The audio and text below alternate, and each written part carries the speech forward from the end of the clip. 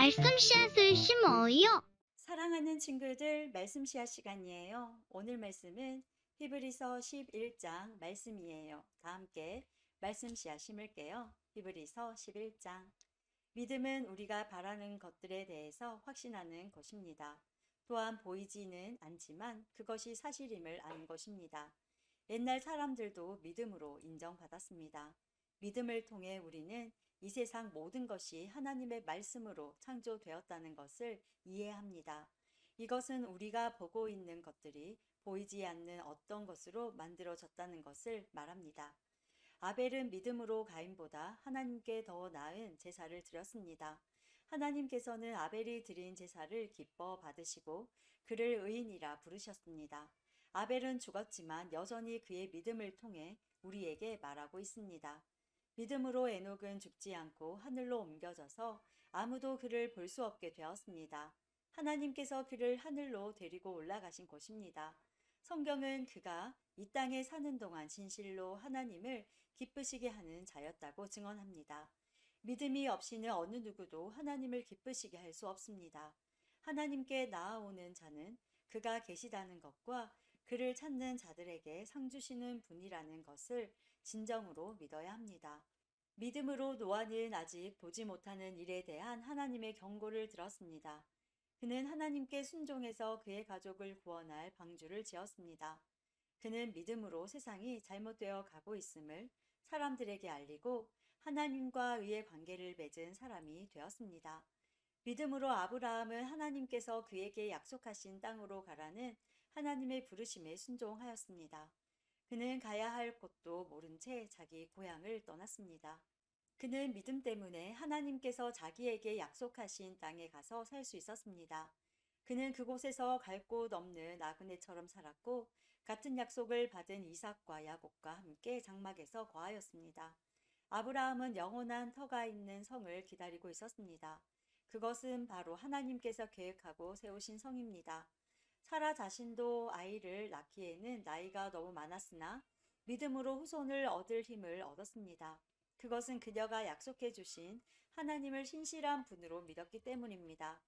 나이가 많아 거의 죽은 사람과 다름없던 한 사람으로부터 하늘의 별과 바닷가의 모래알 같이 셀 수 없을 정도로 많은 후손이 남았습니다. 이 사람들은 모두 믿음을 따라 살다가 죽었습니다. 그들은 하나님께서 그의 백성에게 약속하신 것을 받지는 못했으나 앞으로 올 것들을 멀리서 보고 기뻐하였습니다. 그들은 스스로 자신들이 이 땅에서 나그네일 뿐이라고 고백하였습니다. 이것은 그들이 진짜 고향을 찾고 있다는 것을 나타냅니다. 만일 그들이 떠나온 고향을 생각한다면 다시 되돌아갈 수도 있었을 것입니다. 그러나 그들은 더 나은 고향을 기다리고 있었는데 그것은 바로 하늘에 있는 고향이었습니다. 그래서 하나님께서는 저들의 하나님이라고 불리는 것을 부끄러워하지 않으시고 그들을 위해 한 성을 예비해 주셨습니다. 아브라함은 하나님께 시험을 받았을 때 믿음으로 이삭을 제물로 바쳤습니다. 그는 하나님께 약속을 받았는데도 아들을 바칠 준비를 한 것입니다. 하나님께서는 그에게 내가 내게 약속한 후손은 이삭을 통해 나올 것이다 라고 말씀하셨습니다. 아브라함은 하나님께서 죽은 사람도 살려주신다는 것을 믿었습니다. 아브라함은 이삭을 죽은 사람들 가운데서 다시 받은 것입니다. 믿음으로 이삭은 야곱과 에서의 앞날을 축복하였습니다. 또 믿음으로 야곱은 죽을 때 요셉의 아들들을 축복하고 그의 지팡이를 짚고서 하나님께 경배드렸습니다. 믿음으로 요셉은 죽을 때 이스라엘 백성이 이집트에서 떠날 것을 말하였고 자기의 시신을 어떻게 할 것인지도 얘기하였습니다. 믿음으로 모세의 부모는 그가 태어났을 때 평범한 아이가 아니라는 것을 알고 석 달 동안 그를 숨기며 키웠습니다. 그들은 왕의 명령을 거역하는 것도 두려워하지 않았습니다. 믿음으로 모세는 성장한 뒤 파라오 딸의 아들이라 불리는 것을 거절하였습니다. 그는 잠시 동안 죄의 즐거움을 누리기보다는 하나님의 백성들과 함께 고난받는 것을 택하였습니다. 그는 이집트의 온갖 보물을 가지는 것보다 그리스도를 위해 고난받는 것이 더 낫다고 생각한 것입니다. 그는 오직 하나님이 주실 상만을 바라보았습니다. 믿음으로 모세는 이집트를 떠났으며 왕의 분노를 두려워하지 않았습니다. 모세는 보이지 않는 하나님을 마치 보이는 듯이 바라보며 꿋꿋이 참았습니다. 믿음으로 모세는 유월절을 준비하고 문마다 피를 발랐습니다.